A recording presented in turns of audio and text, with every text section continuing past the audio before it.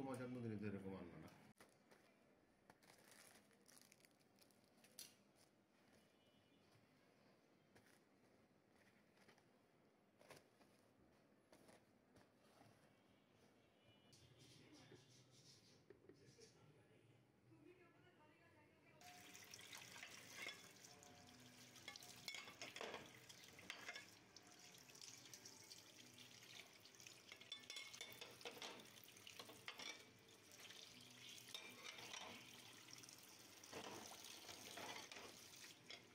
বলুন খাসির ওইটা এটা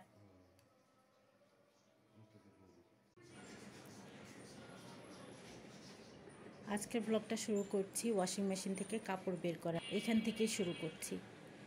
এখন কাপড়গুলো শুকাতে দিব, বাইরে প্রচুর রোদ। কাপড়গুলো যত তাড়াতাড়ি শুকাতে দিব তত রোদে দিব তত তাড়াতাড়ি শুকাবে। আজকে সকালটা আসলে একটু সুন্দর হয় নাই, উঠেই অনেকগুলা কাজ নিয়ে আমাকে পেরেশানির মধ্যে পড়তে হলো, যেহেতু কমলার মা আসে নাই। পরোটার আটা কেড়ে রেখেছি, কমলার মা টাইম মতো আসে নাই, ওদিকে সবার নাস্তা খাওয়ার টাইম হয়ে গেছে, এমনকি আমার নিজেরও অনেক ক্ষুধা লেগেছে। তো প্রায় কয়টা পরোটা, প্রথমে বড় বড় করে 3টা পরোটা বানিয়েছি, 2টা সমান করে একটা পরোটা বানিয়ে আমরা খেয়ে নিলাম। আর বাকি আরও 5টা পরোটা বানাতে হলো ছোট ছোট করে, তা না হলে আমার এই আটাগুলো নষ্ট হয়ে যাবে। বানিয়ে ফ্রিজে রেখে দিয়েছি, যেহেতু আমি ফ্রোজেন রুটি পরোটা খাই আর কি। তো কালকের কাজ হবে, কালকের নাস্তা হয়ে যাবে আর কি 5টা পরোটা দিয়ে। এখন আসছি ওয়াশিং মেশিনের কাপড়গুলো শুকাতে দিব। তো এই কাজগুলো আসলে কমলার মায়ের কাজ। কমলার মা আজকে আসে নাই, টাইম ওভার হয়ে গেছে, আর আসার সম্ভাবনাও নাই। কয়েকবার ফোন দিলাম, ফোনও ধরল না। কমলার মা কিন্তু কখনো কাজ গ্যাপ দেয় না, বছরে 2টা ছুটি নেয়, রোজার ঈদ কোরবানি, এর মাঝখানে একবার বাড়িতে যাবে, মোট 3টা ছুটি নেয়, গিয়ে 7-8 দিন থেকে আসে। কিন্তু এইবার 2বার, এর মাঝখানে আর কোনো দিন বুয়ারা যেমন একদিন পর আসে না বা সপ্তাহে একদিন আসে না, এরকম কখনোই করে না, কোনো গ্যাপ দেয় না, প্রতিদিনই আসে, প্রতিদিনই কাজ করে। তো এর মধ্যে যদি ঠান্ডা জ্বর কাশি অসুস্থতা তো আছেই, যেহেতু আমাদের মানুষের শরীর, এর 1 দিন 2 দিন গ্যাপ দিলে তখন আমি ওগুলার হিসাবে ধরি না বা কিছু বলি না, দেয় না বললেই চলে।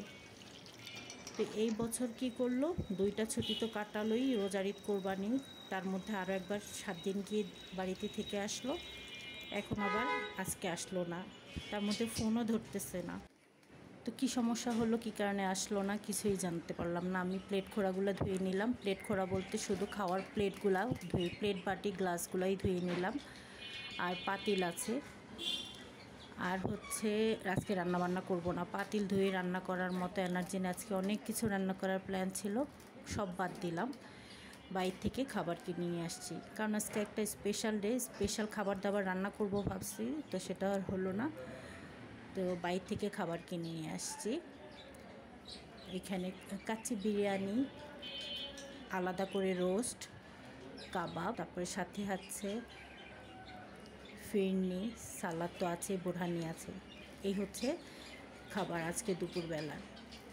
আজকে হচ্ছে আপনাদের ভাইয়ার জন্মদিন, তো এই জন্মদিন উপলক্ষে সবসময় তো আমার বাসায় স্পেশাল রান্নাবান্না, কেক বানানো, ডেজার্ট বানানো এরকম থাকে, কিন্তু আজকে সম্পূর্ণ ভিন্ন হলো। আজকের দিনটা আমি কিচ্ছু করি নাই বাসায়, একে তো বুয়ার প্রবলেম, তার মধ্যে সকালবেলায় পরিকল্পনা চেঞ্জ করেছি যে কিচ্ছু করব না, আমার পক্ষে সম্ভব না, মন থেকে কোনো কিছু না চাইলে আসলে সে কাজগুলো ভালোও হয় না। তো দেখতে থাকুন আজকের জন্মদিনের ব্লগ। গরু খাসির ওইটা এটা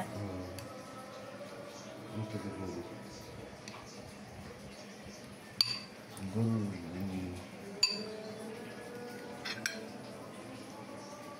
আমার এই বড় একটা প্লেটে দিয়ে দাও। প্লেট আনছি তো আমি, দিয়ে দাও বড়টা দিয়ে।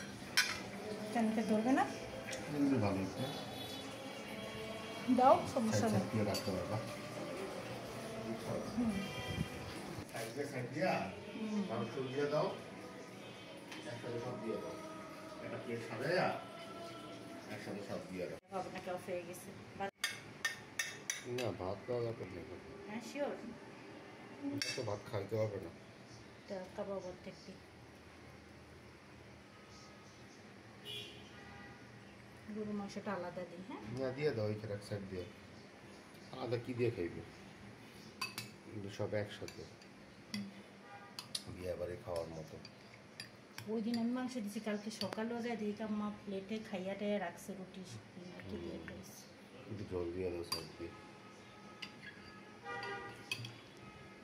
ধরো এখানে তারপর একটু রাইস দিয়ে দাও। একটা দিমু রাইস।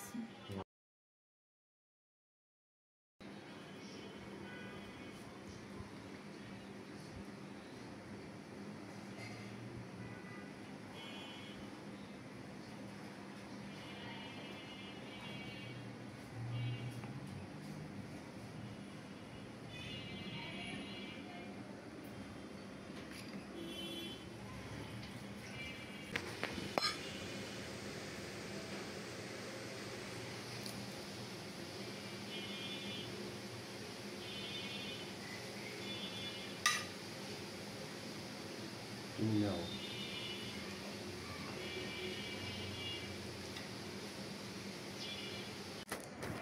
জন্মদিন উপলক্ষে ছোটোখাটো একটা কেক আনলাম, যেহেতু আমরা মানুষ বেশি না তাই কেকের সাইজও বেশি বড় না। মেহমান তো আর থাকবে না, নিজেরাই।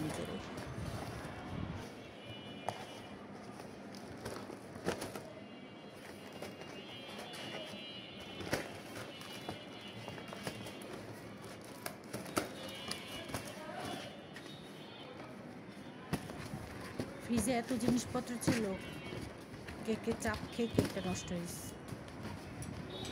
পুরোপুরি নষ্ট হয় নাই, ভালো সে নামটা মানে বাবা লেখাটা বোঝা যাচ্ছে, পাশে দিয়ে একটু নষ্ট হয়েছে।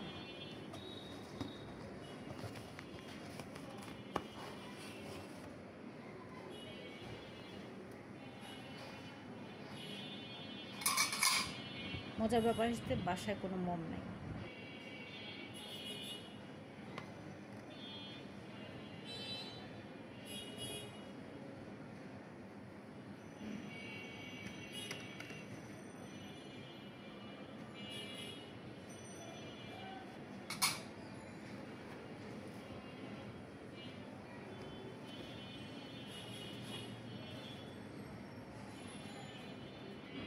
এখন তোমার ল্যাম্পটা নিয়ে আসো, এই ছোটোটা।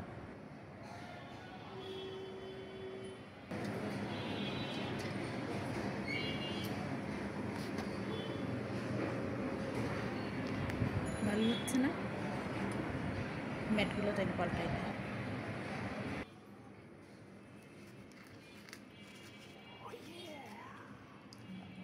তোমার জন্মদিনে তো এরকম আনলো না। তুমি কি আমার জন্মদিনে কেক আনছো? কেক আনি নাই না, ওদের এটা ছোট কেক। তোমার মেয়েদের এরকম আইনা নাটক করলো না। করতাম কেক আনলে কাটো পুরা তুচুরি দাও। এখানে এসে নাটক শুরু করছো। হ্যাঁ ফু দিবে না, থাক এটা বন্ধ করা লাগবে না, থাক চলুক। ফুছা তো হয় না, বন্ধ করতে হয়। উপর দিয়ে ফু দাও, উপর দিয়ে ফু দাও। জন্মদিন শেষ করতে যে ফু দিয়া হাতে নিয়ে ফু দাও। হাতে নিয়ে গিয়ে ফু দেয়। দাও এভাবে হাতে থাকবে, নিয়ে। গেটটা এখান থেকে খোলা থাকবে। কোলগেটটা খুলে রাখ। ওমা এত হিট আহে। এই দেখ।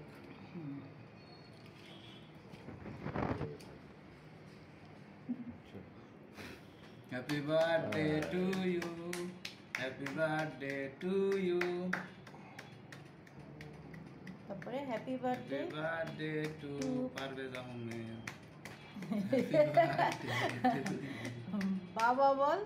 আমি একটু কাটতেই পারতেছি না, তো ব্যথা।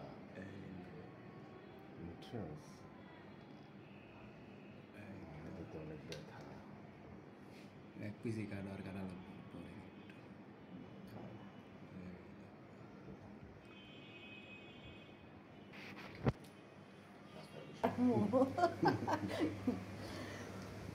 না তোমার তোমাকে খাই দিই। কাটো পিস করে কাইটা বাটিতে নাও। ধন্যবাদ। সব প্ল্যান করা, বুঝছস?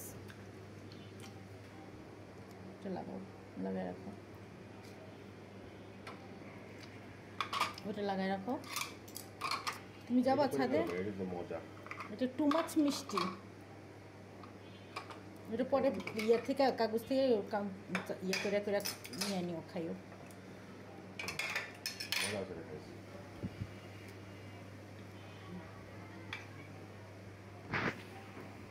মজা আছে কেক। কেক কাটার ফিল আছে। এটা মজা আছে। কেকটা শক্ত হয়েছে। না এই শিশু দেখে